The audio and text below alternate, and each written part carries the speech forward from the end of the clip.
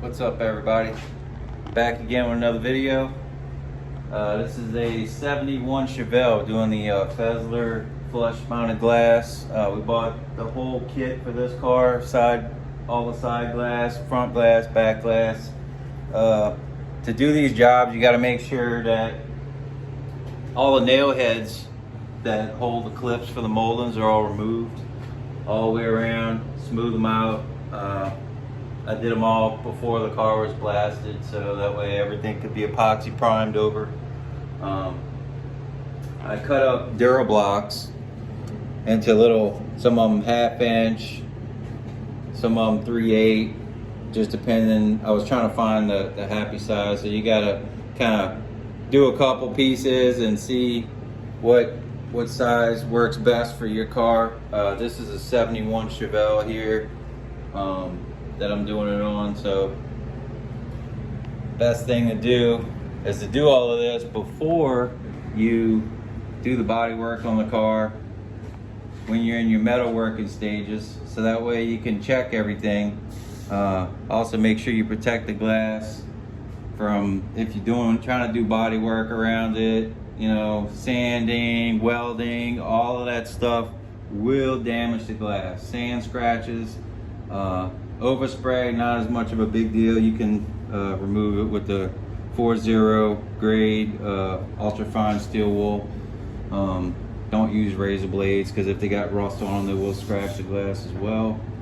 On the back glass, like this one, the leaded areas had a little bit of a dip down. This piece kind of comes in at an angle, so like if I looked at it from a certain angle right here, I could see that, you know, they had a little bit of a dip. So I propped the glass up to where they were flush on here, and then did the body work. So if you center the glass and you check between both sides and you split the difference, I mean, you can use a caliper. You just got to be careful because it is glass. You don't want to pinch the glass.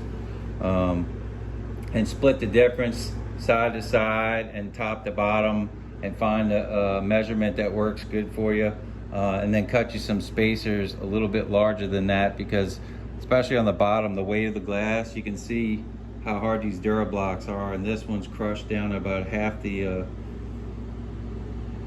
thickness. So but this is something that you got to do. This car is an original car, original quarters. They've never been cut on, other than, you know, I cut and made the wide body here for the 335 tires, but the quarters are original, the doors are original. I still, you know, did some gap into the fenders and all the dial the gaps in, but everything is original on this car, so I didn't have to do a whole lot of metal work around here. I did do a good bit of body work on this pillar where it was caved in just from the factory. It has a big wave on here, so if you take like an 18-inch block and you try and block it, you almost have to skim this whole pillar to get it completely flat and true, like to where you could put a straight edge on it. I use a linear block, the rigid one, and that's how I got this thing as straight as it could be. Because when you put a piece of glass up there that's going to be that straight, you don't want to see a big old dip down on the pillar of the panel. It just won't look right, you know. What else? Yeah, so this body work stage is good to check all that stuff, tape the glass, fit everything. You can see I can lift this glass up a little bit right here, and it's kind of like tight here, but then the gap's kind of big on the sides. But I know I can center everything, and I can move it over some. And I'll show you on the other side where I had to do a little bit of body work on that, just so you guys can, you know, maybe take a couple of points from this. It might help you. Pool noodles don't work. Pipe insulation, I tried it. As you can see, it crushes too easy. It doesn't handle the weight. The foam doesn't have enough density in it. But you can see how much nicer this side fits. You know, the gap's a little more even, but really the glass is gonna sit up higher and over a little bit more. So you can see I had to do a little bit of body work in that corner right there. And it's still probably got a little bit more to go, but you can see you want to have this glass set to where it's flush up here. Right here it's a little high. Right here it's a little low. So I'm sure some of it's not going to fit exactly perfect to the curve of the car, but it should be fairly close. I know they did a nice job when they designed this glass for these cars. And just an inside shot. But always good before you put the glass on to make sure that you have some kind of foam taped in various areas all the way around your window opening. You do not want to sit the glass on there with nothing there, because if they got a little burr sticking up from your spot welds, your factory spot welds, and have one of those little steel burrs or spikes hanging up, and you sit it down on there, it will crack the glass, I guarantee it, you know. So there's something to be, you know, mindful of. You don't want to pinch the glass. You don't want to sit it on the corner. You want to make sure you have two people, you know, when you're putting this in, and take your time doing it, you know.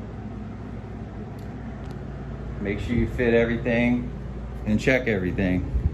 Let me see, I gotta see if I can find a picture of that sanding block, the Dura Block that I was using. It's just one of these little like rectangle ones. They were kind of about a foot long, and I just cut that down to the size that I need. Here's a little piece of one, so you can see this right here, the piece of one. And this stuff doesn't crush that easy, but it works out great. Any of your Dura Blocks, they're all garbage anyway, so you can throw them in the garbage, or you can cut them up. And if you label them for what car and what area they go, you can actually say that, look, this set is, you know, for a 71 Chevelle, or from this year to this year. And then you put them in a Ziploc bag and label them, and then you get another car in, you already have them all made for that specific car, and it'll give you a good starting point, you know. Well, if there's any other questions or suggestions or anything, look, I just make these videos to try and help people out, you know, so hopefully this helps somebody, because I didn't see really any videos that were too helpful for me, so I just kind of figured it out. But stay tuned to the next video, and hit that thumbs up button, notification bell, let you know next time I make another video, and subscribe to my channel if it's anything interesting. You might learn something from it. See you on the next one. Peace.